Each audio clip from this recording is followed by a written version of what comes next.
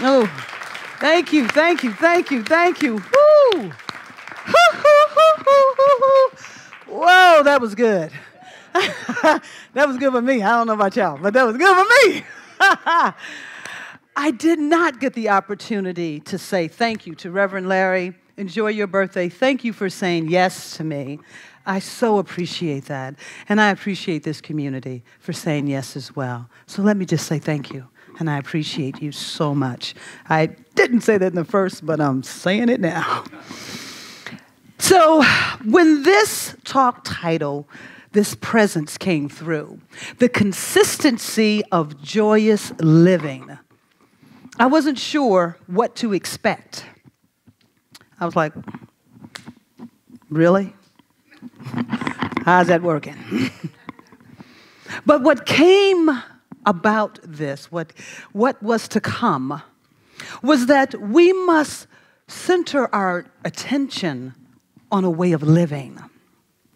And I know we got some affirmations and we got books and we have all these wonderful tools. But until we create a practice in our life where we are practicing our every thought, where we are aware when we are out of alignment with that which feels good. And that's powerful because feeling good is important. Don't pass go without feeling good. It's important. It's not about getting something. It's about being in the space of which we are and resonating that in our whole being. I'm one that I believe that we are vibrational beings. And when I walk into a room, I know my vibration is popping. I'm ready for it. But sometimes we're carrying so much baggage and luggage. We walk into a room with, why didn't this work out? Oh, if I had somebody to love me, will anybody love me? Will you love me? What about you? Will you love me? Or we walk into work with all these people, I can't stand them, they get on my nerves. If they would just change, my life would be so much better. And we must understand that that's not just a conversation, that's a livingness. That's what you're living every day. And if that's what you're living, then that is what must show up.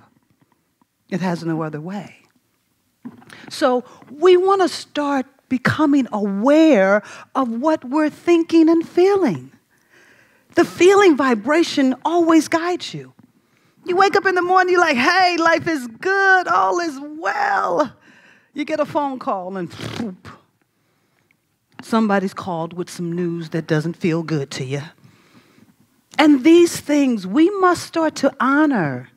Life is a journey, not a destination. If we believe we are eternal, then there is no destination in eternality. Is there? I mean, is there some door like, oh, you've reached the eternal end?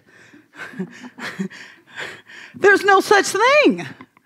So we are here to continuously expand life as we know it. Not as you know it or as you know it, but as you know it for yourself.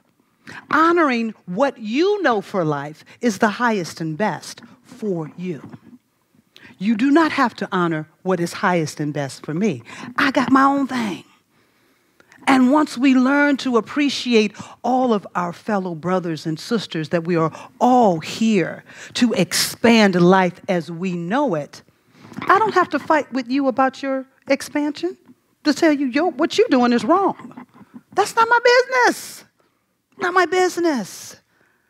So consistently living in a practice of joyous living is about really lifting your vibration to a space of joy. Now, does that mean that every day you're going to be like, hey, life is good, love it, love it? No, we are not. Because everything in life, there's only one. I believe in the power and the presence of one. So that thing that doesn't appear to be what I want, it's God calling me forth, expanding my awareness from that which I know it to be right now. This segregation or separation line that we draw, that something is good if I like it, this is bad.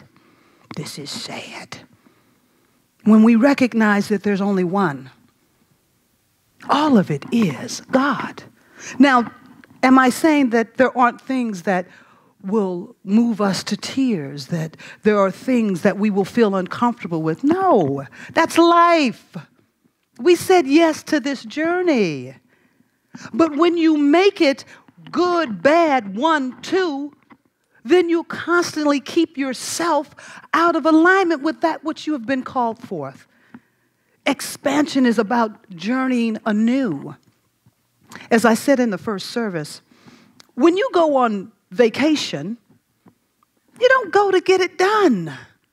It's not like I'm going to go to Alaska, going to see the salmon, going to look at the Eskimos, and then I'm going to come right back home.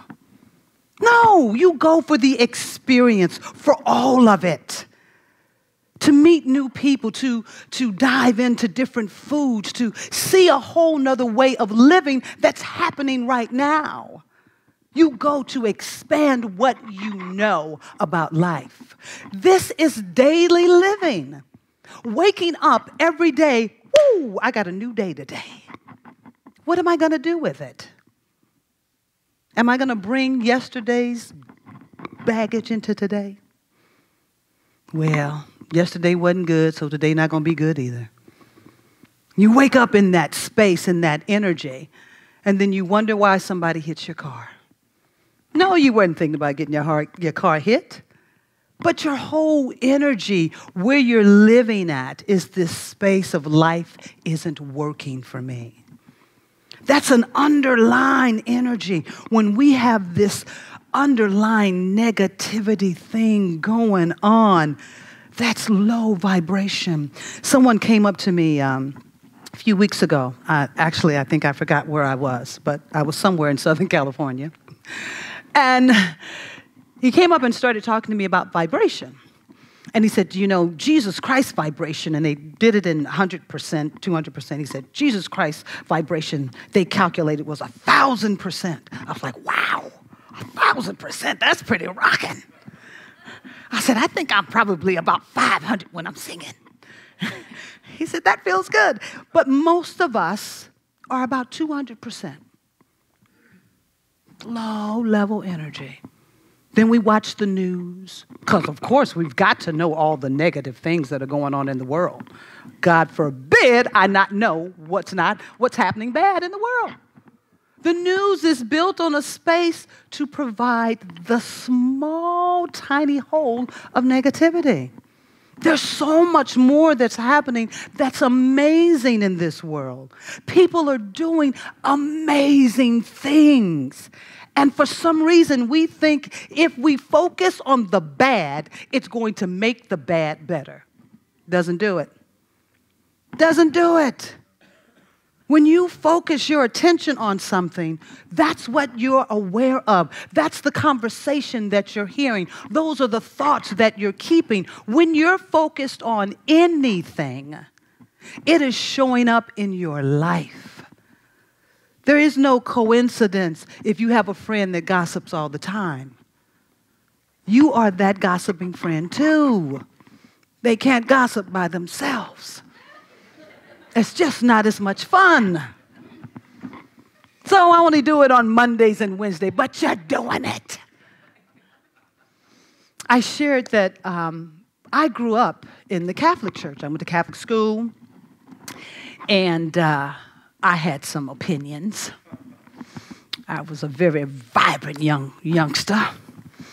And in religion class, I gave my account of God, because what had been told to me, God was the only one, the only power, the only presence that there is. And they didn't say it like that, but God.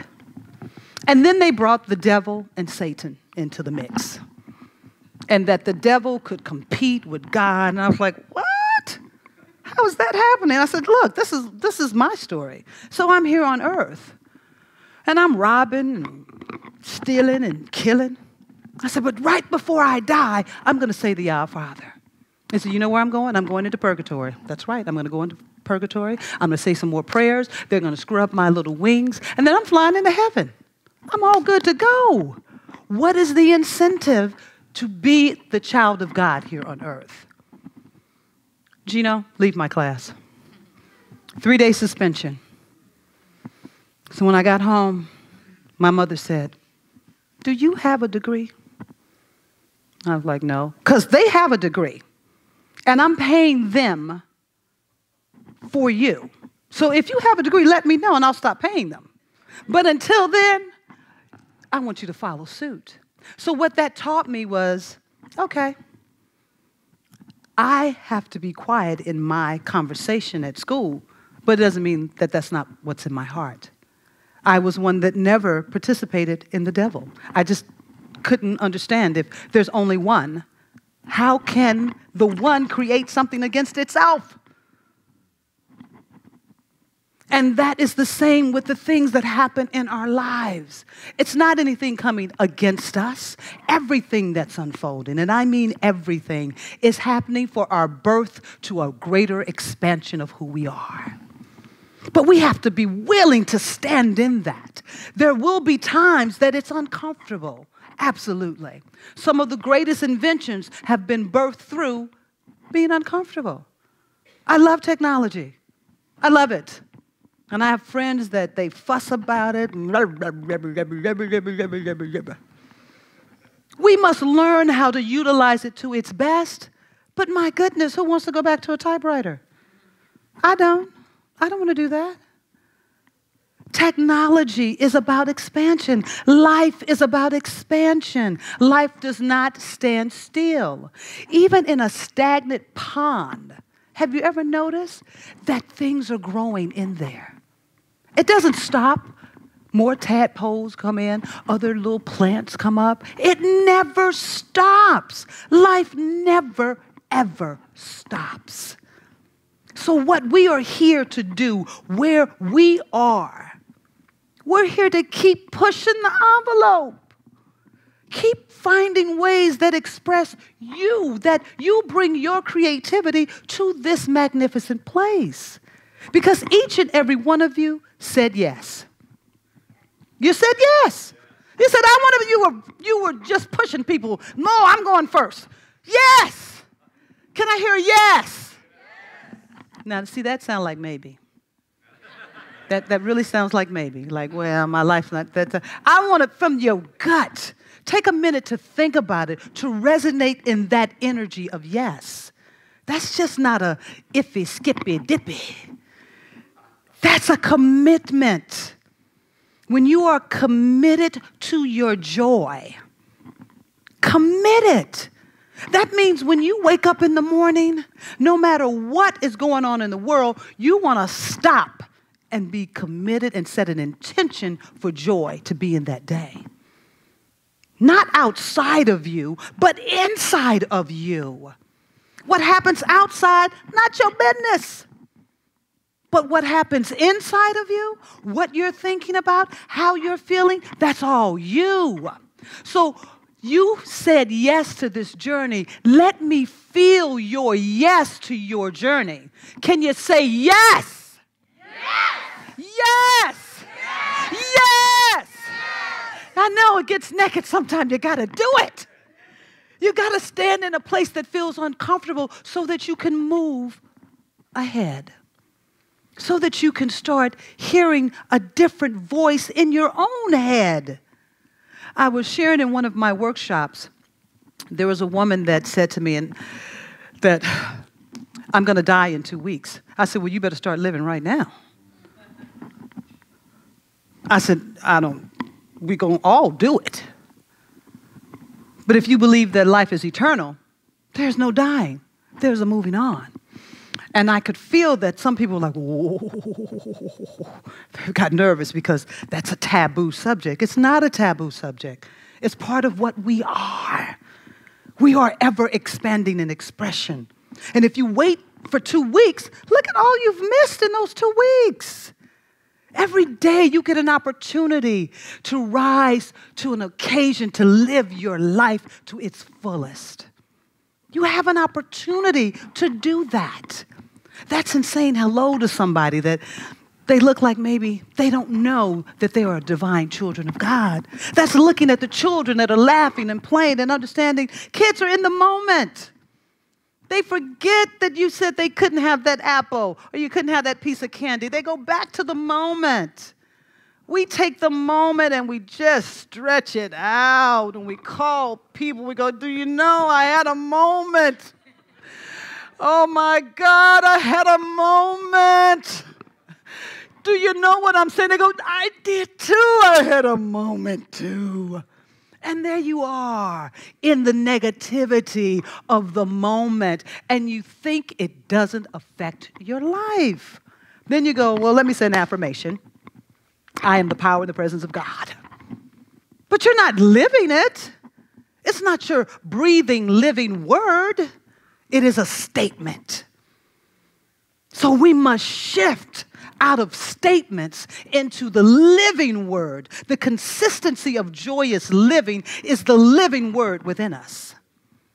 It is a way of being. It is the truth of who we say we are. I am the divine presence. You are the divine presence. I'm very clear on that. Hopefully you are clear on that. When you look in the mirror, we're so much more than this physical being. So much more than what we see in the mirror. We are absolutely divine presence. And we came here to expand life as we know it. Not to keep it the same. Some of my friends that have kids and they get caught up in the technology where they shouldn't text and they shouldn't do this and they shouldn't do that. Hey, hold on. We're here to expand. That means that it can't be the same. I don't want to go back. Now, I don't know what's going ahead, but I do know that I am co-creating with what's unfolding. Each of us here, we're co-creating this world, not the government. If the government would get it right, my life would be so good. Stop lying to yourself. If you would get it right, if you would decide that my joy is more important than anything else. My joy, that I feel good about me. I feel good about myself. I feel good about the journey I'm saying yes to. And whatever that journey is, doesn't matter what you call it, but it does matter how you're living it. Because we are the only ones living for ourselves. You know, when the woman said, I only have 2 weeks to live, I said, well, you better get busy now. She stopped. She said, well, nobody said that to me. I said, well, I'm glad I'm here to say it. Because it's so important. You can share with us all about living in the nowness. If somebody gives you 2 weeks, you don't have time to be worried about a bill got to be paid in 3 weeks. Because you out. You don't have to worry about it. So you can be fully present to what's happening right now.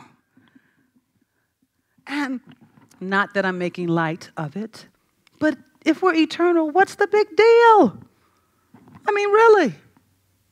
If you really believe you are eternal, what's the big deal? We can spend days in a rut worrying about what's going to happen. Then we worry so much when it happens, we're like, well, you know, that really wasn't that bad. I made it out okay.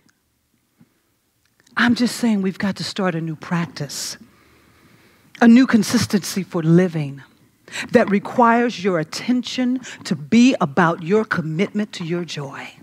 Can you commit to your joy? See, some of you can, some of you are like, no, I'm not going to do it. I don't care how good you say it is, I am not going to commit to that joy. No, Way too many things to complain about, to worry about, to be about, not joy. I can't be joyful every day. I've heard somebody say that. I cannot be joyful every day. It's like, wow. And I'm not talking about, woohoo, ha ha. I'm not talking about that. We all have things in life that shake us up. But you must embrace that is the divine presence of God in that. There is no right, wrong, good, bad. There is the oneness that is you. And when you are met with something that is calling you to be bigger than what you are, plant your feet, say, God, I don't know how, but I know that you're in this, and I trust you. Don't make it bad when you got to fight it. Who wins that fight? Some people stay there for years. They keep marrying the same person, expecting that the person outside of them is going to change. It's like, hello, it's you. I know the one person you didn't want to look at. You the problem. You. Okay, not the problem, but you have the opportunity to grow. Take the opportunity. Expand in the love and presence that is you. Be committed to your joy. So how do we do this? One, we must stop making things good and bad.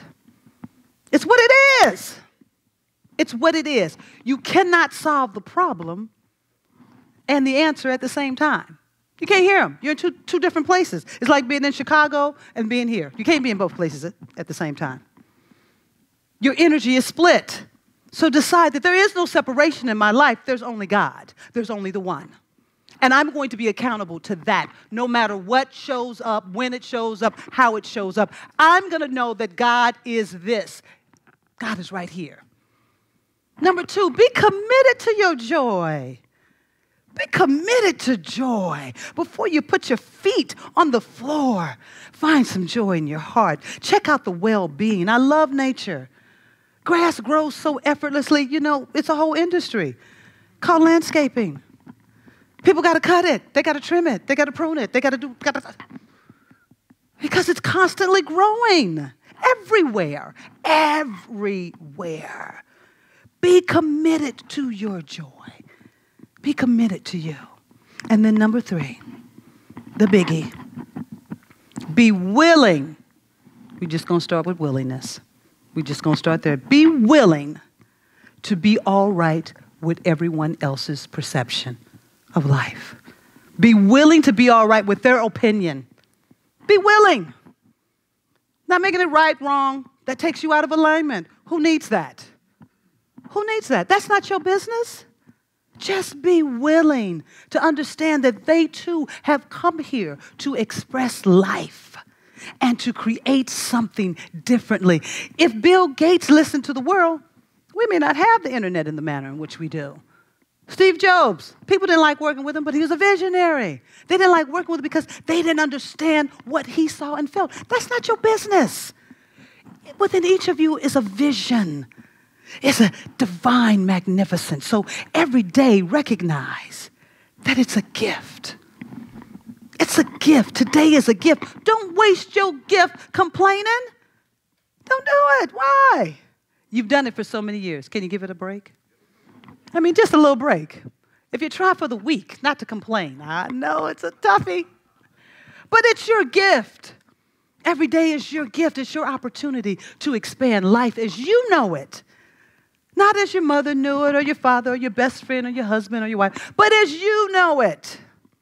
As you know it. Will you join me? Ooh, crickets. Will you join me? You act like it's a trick question. It could only be yes or no. I'm always hoping for yes, but it could only be yes or no. Will you join me? Yes. Will you commit to your joy? Yes. Will you commit to your joy? Yes. You are divine emanations of God, and I'm so blessed and grateful to be present with you today, to see your shining lights, and to say to you, all is well. All the time. And you are in the right place, at the right time, unfolded in the most magnificent way. Peace and blessings. So it is. Thank you. Thank you.